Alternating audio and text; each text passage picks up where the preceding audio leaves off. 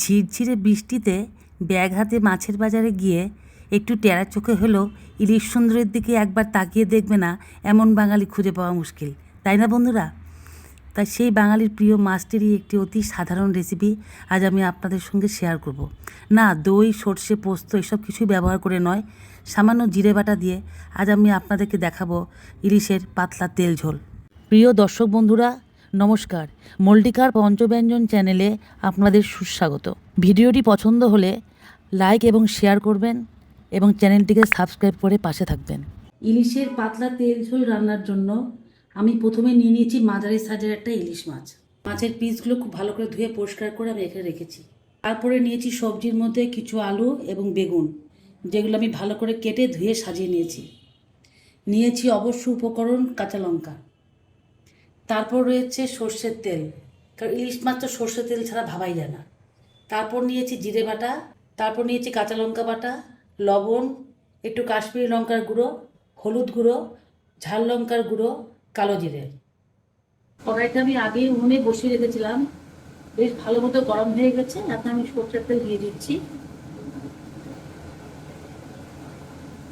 বন্ধুরা, যখন আমি ইলিশের ভাপা করি বা ইলিশের অন্য কোনো ধরনের রান্না করি তখন আমি কাঁচা ইলিশটাই ব্যবহার করি, কিন্তু আজ জিরে বাটা দিয়ে আমি ইলিশের যে পাতলা ঝোলটা দেখাবো আপনাদের, এতে তেলটাও একটু বেশি ব্যবহার হবে। তাছাড়া এটা মাছটা কাঁচা করলে আমার ঠিক ভালো লাগে না, খুব সামান্য এপিট তেলের মধ্যে আমি একটু উল্টে নেব। প্রথমে একটু সর্ষের তেল এবং সামান্য হলুদ এবং লবণ দিয়ে মাছের পিসগুলো একটু ম্যারিনেট করে নেব। এবার খুব ভালো মতো মাছের পিসগুলোতে লবণ হলুদটা মাখিয়ে নেব।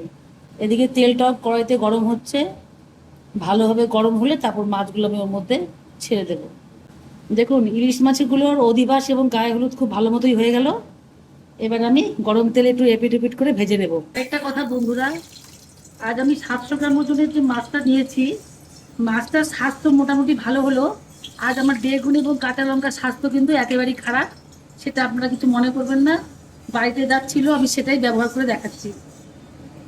এবার মাছগুলো তেলে ছেড়ে দিচ্ছি, শুধুমাত্র একটু ওলট পালট করে উঠিয়ে দেব, একবারে সবগুলো দেব না। প্রথমে আমি 4 পিস দিলাম, দেওয়ার সঙ্গে সঙ্গে উল্টে দিচ্ছি, কারণ আমি এটা অন্য মাছের মতো ভাজবো না। শুধুমাত্র কাঁচা গন্ধটা একটু দূর হওয়ার জন্যই তেলের মধ্যে শুধুমাত্র একটু এপিট করে নেব। ব্যাস, এবার আমি উঠিয়ে নেব। খুব সাবধানে উঠাবো। এবার বাকি মাছগুলো আস্তে আস্তে তেলের মধ্যে ছেড়ে দেবো। ঠিক একইভাবে জাস্ট একটু উল্টে আমি মাছগুলোকে নামিয়ে নেব। আগের মাছগুলোর মতো এগুলো উঠিয়ে নিচ্ছি।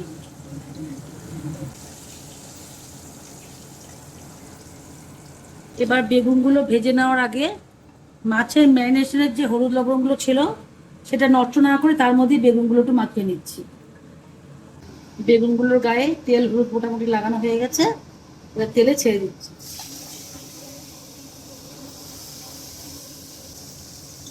বেগুনগুলো ভেজে একদম কালো করবো না, বেগুনের আসল রংটা যেন বজায় থাকে। বেগুনগুলো তেলের মধ্যে উল্টে দিচ্ছি। এদিকটা আরেকটু ভাজা হলে আমি উঠিয়ে দেবো, বেশি কড়া করে আমি ভাজবো না। যে পাত্রে আমি মাছটা রান্না হওয়ার পর রাখবো সেই পাত্রে বেগুনগুলো আস্তে আস্তে উঠিয়ে নিলাম। এবার আমি কড়াইতে আরেকটু তেল দেব, যেটুকু তেল আছে তাতেই হয়ে যেত, কিন্তু এটা ইলিশের তেল ঝাল তো, তা একটু তেল দিলে ভালো লাগবে। তবে আপনাদের অসুবিধা থাকলে আপনারা একটু তেলটা কম দিয়েও রান্নাটা করতে পারেন, তাতে কোনো অসুবিধা নেই। তেলটা গরম হয়ে গেছে, আমি 2টো শুকনো লঙ্কা একটু ফাটিয়ে তেলের মধ্যে দিয়ে দিলাম। এই ঝোলটার মধ্যে কালো জিরের পরিমাণটা একটু বেশি লাগবে, কারণ ইলিশের সঙ্গে কালো জিরে এবং কাঁচা লঙ্কার একটা আলাদা সম্বন্ধ আছে। দিয়ে দিলাম কালো জিরে। এবার যে কাঁচা লঙ্কাগুলো আমি চিড়ে রেখেছিলাম তার থেকে মোটামুটি অর্ধেকটাই আমি তেলের মধ্যে দিয়ে দিলাম। এতে খুব সুন্দর একটা ঝাঁঝালো গন্ধ বের হবে, যেটা ইলিশের ঝোলে খুবই ভালো লাগে।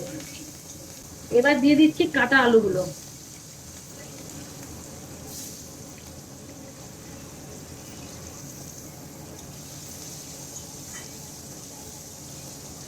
এবার দিয়ে দিচ্ছি মোটামুটি 1 চামচ লবণ।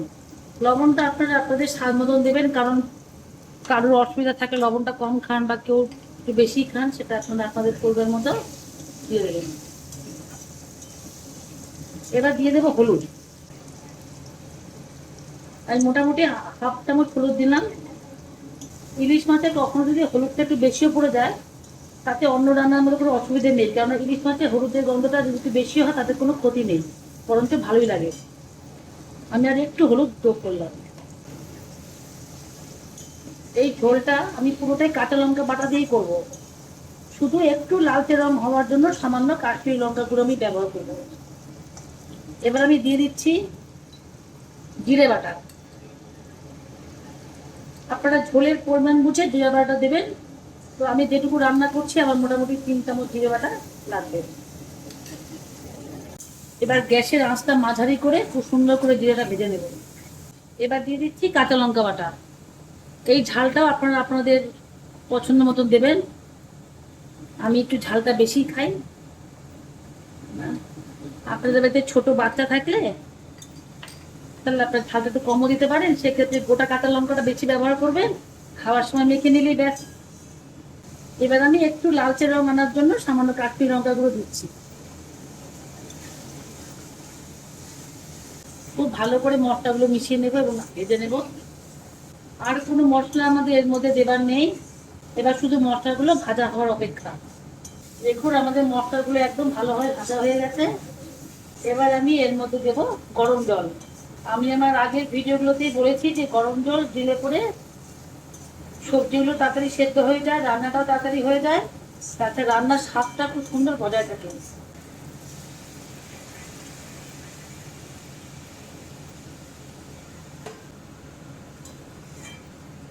ঝোলটা ফুটে উঠলে দিয়ে দিচ্ছি চিড়ে রাখা কাঁচা লঙ্কাগুলো।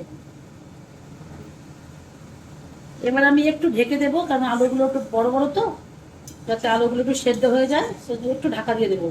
মাছটা আমি এখনই দেবো না, কারণ ইলিশ খুব তাড়াতাড়ি সেদ্ধ হয়ে যায়, খুব নরম মাছ। তাই আলুগুলো যখন মোটামুটি সেদ্ধ হয়েই আসবে তখন আমি মাছগুলো ছেড়ে দেবো। আমি ঢাকনাটা উঠিয়ে নিচ্ছি।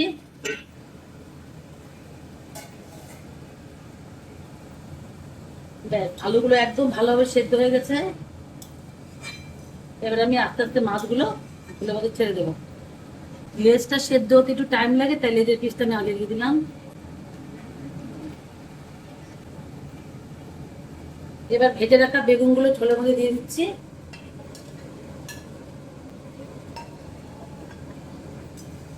এই সময় আপনারা একটু লবণটা চেক করে নেবেন, যদি মনে হয় লাগবে একটু দিয়ে নেবেন।